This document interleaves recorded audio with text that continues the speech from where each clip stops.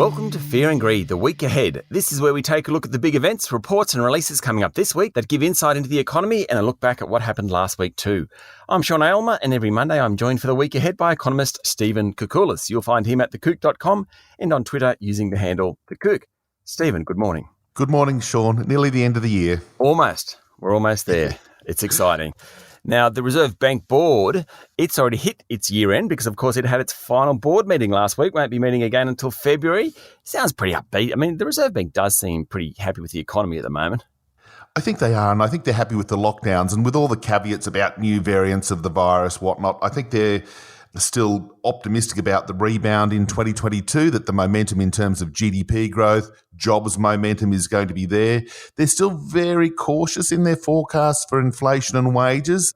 They seem to be a little bit low what the market consensus is forecasting, and because of that, they're still sort of suggesting that the rate hike, when it finally comes, will be later rather than sooner. Although having said that, they did drop the reference to 2024 as the timing for the likely timing, I should say, for the rate hike. And that got a few people excited. But look, at the end of the day, they're like all mere mortals. They'll be looking at the data flow as 2022 kicks off back in February when they next meet. And you know, if the numbers are strong, they'll be pragmatic. They may well change their view in February. Yeah, I mean, one thing the bank has done this year is tell us very plainly what it's looking for before it moves on rates, and that's actually inflation and wages at certain levels, not potentially at a certain level, actually in that 2 to 3% target range for inflation and 3 to 4% for wages. Yeah, it used to be the case, certainly under Glenn Stevens when he was governor, that there was that preemptive word in terms of policy settings. If they saw enough momentum in the economy that led them to be forecasting inflation to be going up, for example, they would hike sort of before the inflation rate got there, and when they were cutting to, it was the same sort of thing. But I think with this pandemic, with a lot of uncertainty, and just the economy was a bit sluggish pre-COVID even, I think they actually want to see that inflation rate printing 2.5 or thereabouts for not just one quarter, but a couple of quarters before they'd actually consider that hiking. So it is not a criticism, but it's sort of more reactive rather than preemptive. The other data last week, which was pretty interesting, was job vacancies. There's certainly plenty of work around for people if they're in the right place and want to do it. Oh, indeed. The demand for labour was strong pre the Delta lockdowns in the September quarter. It dipped a little bit, but again, it was extraordinary that it only fell marginally. And now that we've got the lockdowns ending, what was that? Gosh, can't remember now, 5 or 6 weeks ago. Yep. You know, the demand for labour is super strong. Those vacancy numbers are really pointing to hot demand for labour. So again, sort of just dovetailing back to what the RBA might be thinking on wages and inflation. If these demand for labour indicators are as strong as they appear, and it does translate into really rapid jobs growth and wages surprisingly pick up through the first half of 2022, then, you know, that, first of all, it's good news, of course, but the other part of it does have implications for what the RBA may be thinking and doing with rates.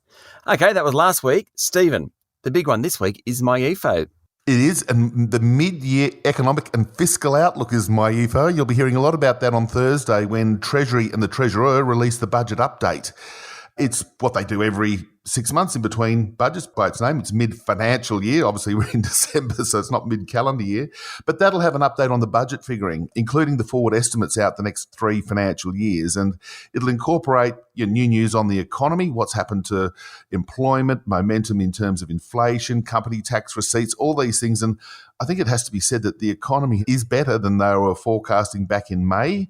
The budget deficit numbers, while they'll still be big, they'll still be very big. They'll be less big than they were assuming back in May. And I think the Treasurer's probably going to sort of say, well, look, we've got a pretty big job to repair the budget and get back to balance. But if the economy can grow, then we get a bit of a free kick in terms of extra revenue flowing into Treasury. Some of their outlays will be a little bit lower when the economy is strong, and I think that's what he's going to be banking on. I don't think we're going to see too many policy changes announced that will impact the budget bottom line. But always interesting also to see what Treasury is forecasting for the economy, whether they're going to embrace that 4% target for unemployment rate. Yeah, that will be interesting. And of course, there's an election in the first half of next year, probably May. So I'd imagine there's not going to be too many announcements until the campaign. I think that's true too. So there's always this line item in the budget documents for us sad folk who trawl through these hundreds of pages of budget documents. There's money spent but not yet allocated. Right. That's code for we've put, 5 or 10 billion bucks aside and we're going to announce what we're going to spend it on when the election campaign hots up. But yeah, that's just standard government practice from whoever's the incumbent. This week's also the week of sentiment. So the National Australia Bank Business Survey, the Westpac Consumer Sentiment Surveys. How are things looking on that front? Well, they're good. We do have the business sentiment picking up again in line with the ending of the lockdowns and the better economic news more broadly. The NAB survey does include a price and wage question, so it'll be interesting to see whether businesses are saying they're expecting to put up their selling prices, because, of course, by definition, that is a leading indicator of what might be happening to inflation, and then on wages too. Are they paying more for their staff? And, we consumers, look, we're not quite as exuberant as we were pre-COVID, 2 years ago, but, consumer sentiment's pretty strong. I think we're feeling, reasonably comfortable with our personal finances, house prices going up, the stock market's doing pretty well, the labour market's improving. Just by the way, we're going to get the labour force numbers too, which is likely to show a big, 250,000 jump in employment because people have gone out of lockdown and back into the restaurants, cafes, shops and these sorts of things. So that's going to be another important indicator as well. Wow. And then just finally, Philip Lowe, the Governor of the Reserve Bank, speaking. Presumably it's his last speech of the year.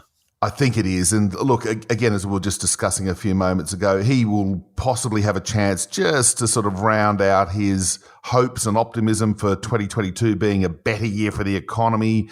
He might be wanting to flag some of these issues associated with housing. That's one that's, still a thorn in the side, I suppose. Nobody wants to see 20%, annual increases in house prices. It does create some uncertainty. So he may want to flag something along those lines too. But, it's his chance just to, tell the markets and tell the punters what they're thinking before we completely go offline and spend all of our time watching the cricket. Fair enough. Stephen, have a great week. Thanks, Sean. You too. That was economist Stephen Koukoulas, better known as The Kouk. You can find him at thekouk.com, TheKouk.com, and follow him on Twitter using the handle The Kouk.